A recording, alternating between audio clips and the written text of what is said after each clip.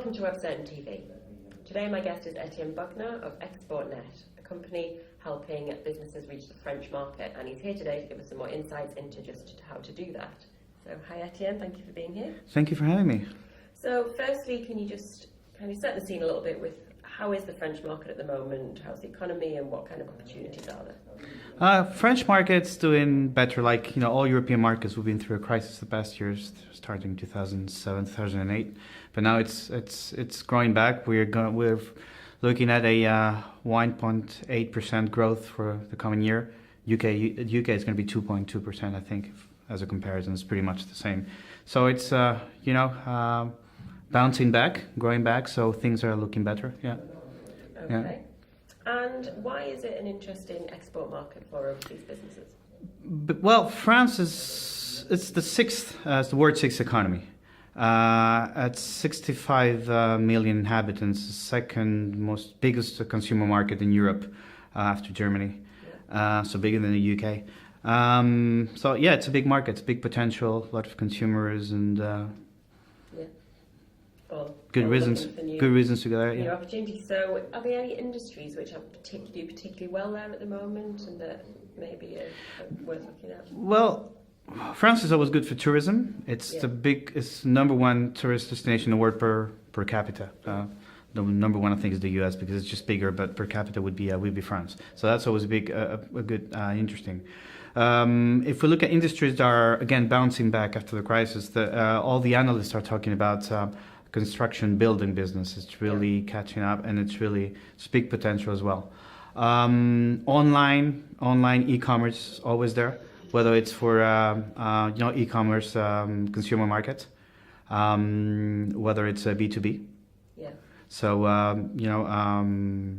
IT services or that kind of thing, still a double-digit number, really growing. So big potential. Yeah. And so basically, there's not a lot that wouldn't have an opportunity in France. Right. Put it well that way. And of course, you mentioned e-commerce and online. So what are the key online trends happening in France? Looking at niche markets, an interesting one as a decoration, e-commerce decoration. So if you really look at the niche markets, it's something we've heard from several analysts being on the market. So that would be a trend. Another one. It's groceries. Online groceries in France doesn't happen like in the UK. Well, supermarket will bring your shopping to your place, to your home. We have what we call the drive. So basically, you pick up your goods at something like a drive-through. Yeah. And that's really booming. I think it's a 7% growth. So everything around that, all the technology, all the logistics, and everything. So you shop online, but then you pick it up there. So these are the two trends I would say: that decoration online and that. Supermarket shopping. Yeah. Okay. Mm-hmm. And what characteristics would you say the kind of French consumers have when it comes to online purchasing? Online purchasing. Well, we're not particularly specialized on online, so we do all kind of markets, but French people in general. So I wouldn't talk about commerce, but French people. That's pretty much a Latin thing, Southern European thing. They're always a bit reluctant to us, and I think that more in America, but also the American influence in the UK is that you're more consumers. You're ready to buy more easily than we do. We're always a bit reluctant, wary.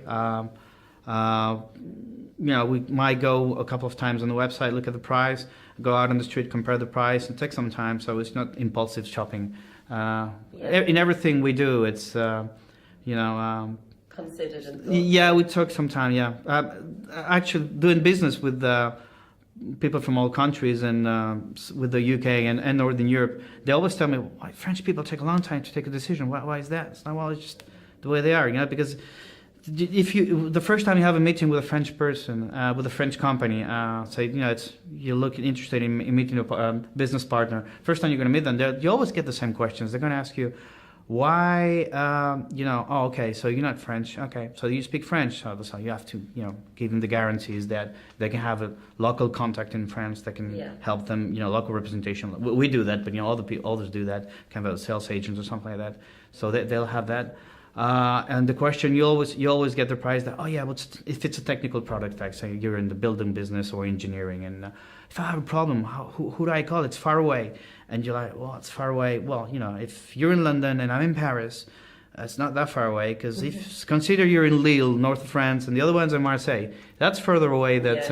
So you have to sort of tackle those questions, and then they go with certifications. Oh, France, we're big with bureaucracy, and famous for that, actually. So notorious for that. So big with bureaucracy. So we're very complicated certifications, and you say, well, in the UK we also have that. It's not maybe that complicated, but just make sure, I guess, that you answer those questions. Those first. It's building a relationship. Yeah. Show that they can trust you, and that you. And it takes some time, but that's the way it is. And I guess also from a marketing point of view, it's making sure then that you provide information, be it online or in your store or however, that you give them the kind of background information that you provide, maybe case studies or examples and that kind of thing to help them make that decision and guide them through the buying search. And also, we work with British companies already in the past, so they like to hear that new potential companies as when they go to the UK, they say, well, do you have references from? And we do have a few, so they can be reassured by those people. So, but case studies help a lot, and these are case studies. Yeah, absolutely. And then another kind of perhaps reputation that the French have is maybe that they like to buy French, and that they're not that keen on buying overseas products and non-French products. Is that true? Or? For Camembert, for Bordeaux wine and Burgundy wine, yes. Well, that's fair enough. That's fair enough. That's fair enough, yeah. No,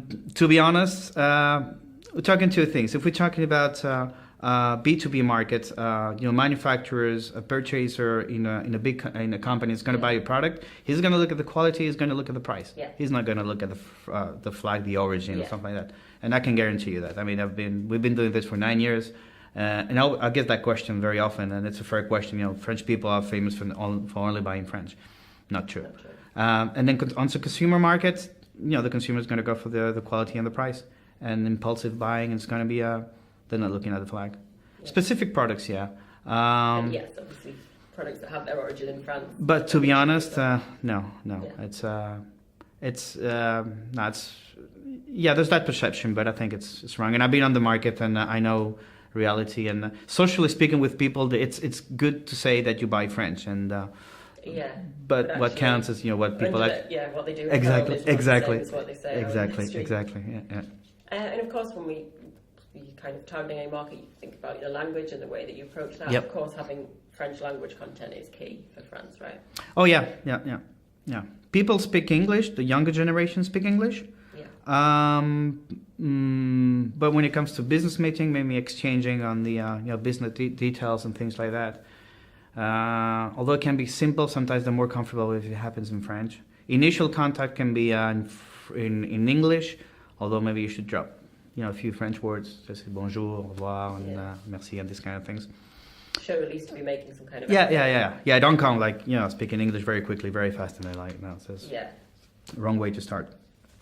So young people will speak English, and they'll make the effort. But with a business meeting, they'll be more comfortable. They'll be more comfortable if it happens in French. Yeah. Yeah, absolutely. Yeah. And the same with reading information, online or documentation. It should all be in French. It should be in French. Yeah, it should be translated by a professional translator. Yeah. I mean, I know something we hear all the time, but avoid. I'm not going to name any companies or anything, but those online translate. Google Translate. Yeah, well, you said We're all going to say it. Don't do Google Translate. Yeah, don't do it. No, it's really, really. You can really get lost in translation. So yeah. Absolutely. And of course, it's language, it's culture. We've talked a little bit about, some of the perceptions about the French. But what, from a cultural perspective, what is it that you need to be aware of when you're doing business there?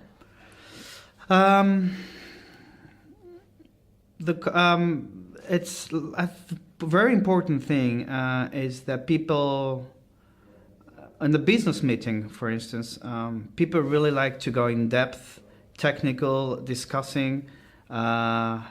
In France, the taking no for answer, it lives up to its standards, because they always, this is why they always question everything. It doesn't mean they don't like it. I've been to meetings with people and they say, they don't like my product. No, they've just been, discussing. They like to discuss. They like to, pinpoint what's going wrong. But what's working is working. They just won't highlight it. So be very patient with that and take some time. Be able culturally, of course, be ready to go out for lunch, take lunch, drink wine, not too much, but and it's patience is very important and personal. What I've gathered working with a French and say Northern European and British, you're much straight to business. Okay, the product's fine. We like the product. Let's do business. We're more, hey, okay, take a long time. Let's get along. We need to have personal contact with the person. We need to get along with the person. Which at the end of the day, it's more enjoyable to do business because we do business at the end of the day with people we like. So. Yeah. So. And that doesn't happen that much here. That's more here. It's more, and it's fine too. It's just different ways. It just works differently. So. Yeah, but that's of course always the key when you're going into new markets. It's understanding those little differences and making sure that you adapt your behaviour to that. It's a Latin culture. So, it's slower and it comes back to trust as well, doesn't it? If you're going to spend money, whether it's your company's money or your own personal money, it doesn't matter. You want to know that you're going to get something back from that. Exactly. And they don't know you. They don't know your company. I mean, you might be famous in your country, but they never heard of you. They don't know, it's like starting from scratch, like a startup. So. Yeah, and don't go in with the attitude that no. I'm a big brand over, you should all know me because... Yeah, because I'm good and a great price, great product. They don't know that. No. Yeah. So any final tips you would have for targeting France? Anything we haven't covered that's important to think about? I would just say, just be prepared before you start, because you don't get a first impression. Yeah. Be prepared and be patient. It's very simple, but it's not easy to always follow those rules. But those were my tips. Yeah. Okay, and business is growing in France is back. Well, all around Europe, I think business is back. So, should give it a try. The opportunities are there. Give it a try. Yeah, give it a try. Absolutely. Great. Well, thank you very much for talking to us. Thank you for having me. Pleasure. Thanks. Thank you.